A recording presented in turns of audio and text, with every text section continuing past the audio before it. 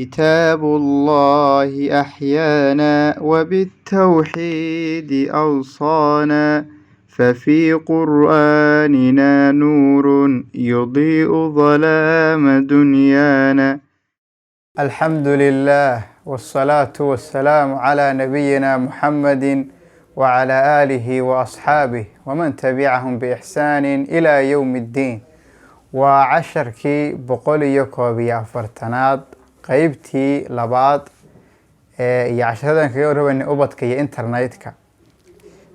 insha allahu tacaala waxaynu ku guda jirnaa casharo runtii marka aada u muhiima oo ka warramaya ubadka iyo internetka waqti xaadirkeena aada markaa waa maxay inoo saameynaya. marka qaybtan waxaynu ka dhigi doonaa qayb madax bannaan oo gaara. qaybta saddexaad bay noqonaysaa ubadka iyo internetka.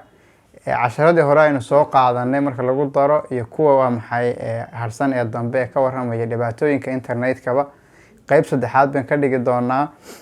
waxaynu bilaabi doonaa qayb runtii ka warramaysa ubadka iyo internetka markaa iyo dhibaatooyinka markaa uu leeyahay iyo weliba si guud dhibaatooyinka iyo halista internetka uu leeyahay. waxaynu u dul istaagi doonaa mid mid markaa oo waxaa la yidhahdaa internetku ama dadku guud ahaanba waa saddex qolo. qofku inuu qofka keligii naftiisa iyo markay qoyska noqoto iyo markay ummadda mujtamaca noqoto. marka waxaynu ka bilaabi doonaa in horeysiin doonaa bal hadda qoyska iyo internetku saameynta uu ku yeeshay iyo faa'iidooyinka uu leeyahay iyo dhibaatooyinka uu keenay iyo dhibaatooyinka sida loo xalinayo. markaa waxaa la yidhahdaa al-usra aw al-caa'ila ama family. waxa la yidhahdaa waa meesha dee waa unuga aasaaska u abaalaya markaa bulshada oo dhanba unugaasaa markaa aasaas u ah oo halkaasi maxay dadka dhawaa maxay dee kasoo wada ay ka wada yimaadaan. hadhow mujtamaca dhan qof kasta waa maxay dee family waa maxay ayuu markaa ka yimi. mujtamaca faraha badan isku imanaya halka guriga qofku suu dee ugu soo koro ugu soo barbaaro ayuu hadhow talina waa maxay bulshadii waa maxay uu la tegaya. marka haddaba waxaa la yidhahdaa sidee markaa haddaba familigu ama qoysku internetka ay u waajahayaan.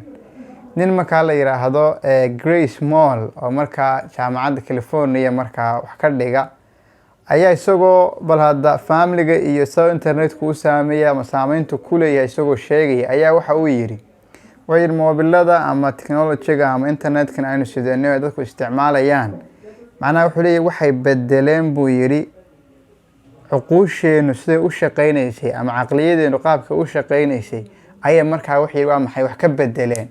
sababta wuxuu yidhi waqtiyo aada u fara badan baa laga yaabaa maxay inaynu maxay ku bixino oo markaa aynu ku qaadano. markaa dhinaca kale wuxuu yidhi ashkhaastii iyo dadkii familigeena ahaa aynu la joognay iyaga waxa laga yaabay maxay markaa waqti yar aynu la qaadano iyaga xaqiiqiya buu leeyahay dadkii loo baahnay xaqiiqada iyagu ha u baahnay waqti badan la qaadano ayaan waqti yar la qaadanaa buu yidhi. marka mararka qaad waxaad arkaysaa buu yidhi in dhammaanteedba waa maxay aynu markaa awoodi weyno xataa macnaha in dadkii ay is arkaan oo wuxuu leeyahay xataa waa maxay mararka qaar oo dadka wejiyadoodiiba aad moodiyay macnaha inay kugu cusub yihiin oo kale. qofkan weji cusub yeesha qofkii waa maxay xataa wuxuu ku leeyahay inaad hore u soo garan ayaa mararka qaar waa maxay dhacaysa. marka dhibaatooyinkaas oo dhan bay keentay. haddaba su-aashu waxa weeye markaa siyaabaha uu saameeyay haddaba qoyska markay noqoto ama qoyska waxaynu ka eegi doonaa kow dee inay yihiin aabba iyo hooyo keliya iyo inay yihiin aabba iyo hooyo ubad u joogo markaa iyo markaa waa maxay inay yihiin ubadkaasi markan laba usii qaybin doonaa dee inay ubad yaryar yihiin iyo markaa walaalo iyagu markaa waaweyn oo ubad waaweyna. markaa intaas markaa qoysku markaa noqonaya. marka saddex qaybood baa waxaa la yidhaahdaa qoyska ama familiga internetku xiliyadan uu saameeyo. kow waxaa la yidhahdaa horta actioniska ama waxaa la yidhahdaa macnaha ficilo dadku ay sameynayaan horta qoyska uu saameynaya actionkooda ficilo waxyaabaha ay qabanayaan oo dhan internetku uu saameynaya. laba waxaa la yidhahdaa tafkiir thinkingka ama habfikirka u fakerayaanna uu saameynayaa baa la yidhahdaa. waxaa la yidhahdaa oo kale emotionskooda ama macnaha qaabkay uu yahay markaa dareenkooda uu yahay qaabku yahay waa maxay isagana internetku uu saameynaya baa la yidhahdaa. waxa kale waxa la yidhahdaa iyaguna la raaciyaa habka markaa waa maxay gudaha fiima iyaga dhexdoodana internetku uu saameynaya.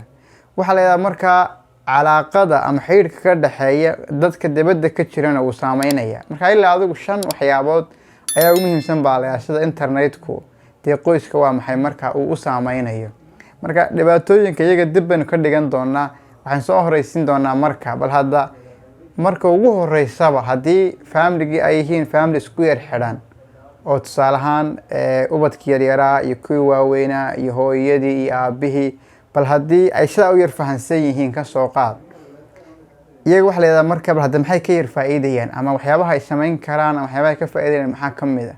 Kow waxay ka faa'iidi karaan oo looga baahan yahay inay sameeyaan dee haddii ay yihiin dad ahlu cilmiya, macnaha family qoys waa maxay wax wada dhiganaya oo waxa internetka u isticmaalayaanba ay tahay macnaha inay kutub markaa waa maxay mudaalaceeyaan ama kutub markaa ay wada akhriyaan, macnaha ay wax markaa ay wada akhriyaan inta soo wada yimaadaan. iyo sidoo kale marka halkaa waxa markay wax akhriyayaan macnaha actionkii uu saameyn lahaa internetku waa kuwa ku bedelay akhris. waa la yiraahdaa calaaqadii iyaga dhexdooda ka dhaxaysan oo ku wada fadhiisanaya. waxa kale oo markaa la yiraahdaa ha fikirkoodiina waxaan ay akhrinayaan iyo aqoontan ayaa markaa maxay kor u qaadaysa oo halkii negative noqon lahayd positive ay noqonaysaa, wax wanaagsan bay noqonaysaa. marka haddii qoysku ka yihiin horta faa'iido markaa waa maxay uu leeyahay. faa'iidada labaad waa maxay uu yeelanayaa waxa ka mid ah haddii markaa maxay ubadkii waalidku markasta waalidku ku xidhan yahay si iyagu waa maxay halkay aqoontoodu leeg tahay. haddii ubadkii yaryaraana iyagana markaa macnaha meelaha wax laga akhriyo, ujeedada wax laga diyaariyo, meelaha kutubta lagala soo dego, wixii oo dhan ubadkii inta la baro loo sheego ay halka ka mudalacaystaan halka ka akhriyaan, faa'iido iyagana u yeelanaya. waxa la yiraahdaa oo kale family wuxuu faa'iido internetka u yeelanayaa markay luqado kale ka baranayaan. tusaale ahaan markay luqad kale ajaanib ay ka baranayaan ama inta la isu yimaada hal mar waa maxay Ingiriis la wada baranaya ama luqad kale ama dal kale ay joogaan Ingiriis waxbaan laga hadlo, luqado kale laga hadlo, kuwaas ay baranayaan. taasina waa maxay faa'iido u yeelanaysaa markaa oo thaqaafada iyo ilbaxnimada ama waxyaabaha kale ay la gaar yihiin ay baranayaan. sidoo kale waxa la yiraahdaa markaa waxyaabaha kale ay ka faa'iidayaan waxa kamid haddii uu family toosan yahay oo faa'iido u leeyahay waxa kamid ah baa la yiraahdaa macnaha waxay ogaanayaan internetka u isticmaalayaan hadday noqoto waxyaabaha cusub ee la soo saaro ama ha noqoto dawooyin cusub ama ha noqoto aalado cusub oo la isticmaalo, mobile ha noqoto, technology ha noqoto, laptop ha noqoto, wax kastoo la isticmaalo cusub oo soo baxa oo caalamka markaa waa maxay laga soo ikhtiraacay ayay markaa waa maxay ogaanayaan oo cusub. dhaqaalihii bay ogaanayaan, bulshooyinkii bay la soconayaan, macnaha saasay waa maxay markaa ula soconayaan. waxyaabaha ugu dambeeya markaa waa maxay ay la soconayaan waxa ka mid ah inay markaa waa maxay bartaan oo ay ka faa'iidaan macnaha tafaaculi wal mushaaraka, macnaha inay macluumaadka share gareeyaan. tusaale ahaan qofkan oo kale wuxuu sameynayaa internet wax ka soo baaraya, waxa la leeyahay adiguna hebel waxa soo baar, adiguna waxa soo akhriyo la soo imanaya markaa habeen. marka qof kasta topic gaar ah ama mowduuc gaar ah wax ku saabsan ayuu markaa soo jeedinaya. marka qoyskaas oo kale internetka faa'iido u leeyahay oo kuwana maxay aad uga faa'iideystay. buugta la soo download gareynaya oo kale marka waa la soo akhrinaya, marka abibaas gaar soo akhrinaya, hooyada gaar soo akhrinaysa, inamadii gaar soo akhrinaya. marka jiilkaasi macna qoyskaasi hooyada aabba iyo ubadka wanaagsan noqonayaan. ubadkii ka yaryaraana ee marka iyaguna dhashaa marka soo korayeen wadada aabba iyo hooyo ubadka weynay mareen ayinba waa maxay iyaguna marayaan. marka inahaas wuxuu noqonayaa marka bal faa'iidooyinka uu leeyahay family haddii sidaa u isticmaalaan positive-ka ah iyo maxay iyo internetka marka qoyska. waxaan eegi doonaa casharada kan ka dambeeya bal hadda halista oo internetka ku leeyahay ka dambeeyna waxaan eegi doonaa bal halista oo maxay sida la iskaga ilaalinayo marka. wallahu subhanahu wa ta'ala a'la wa a'lam.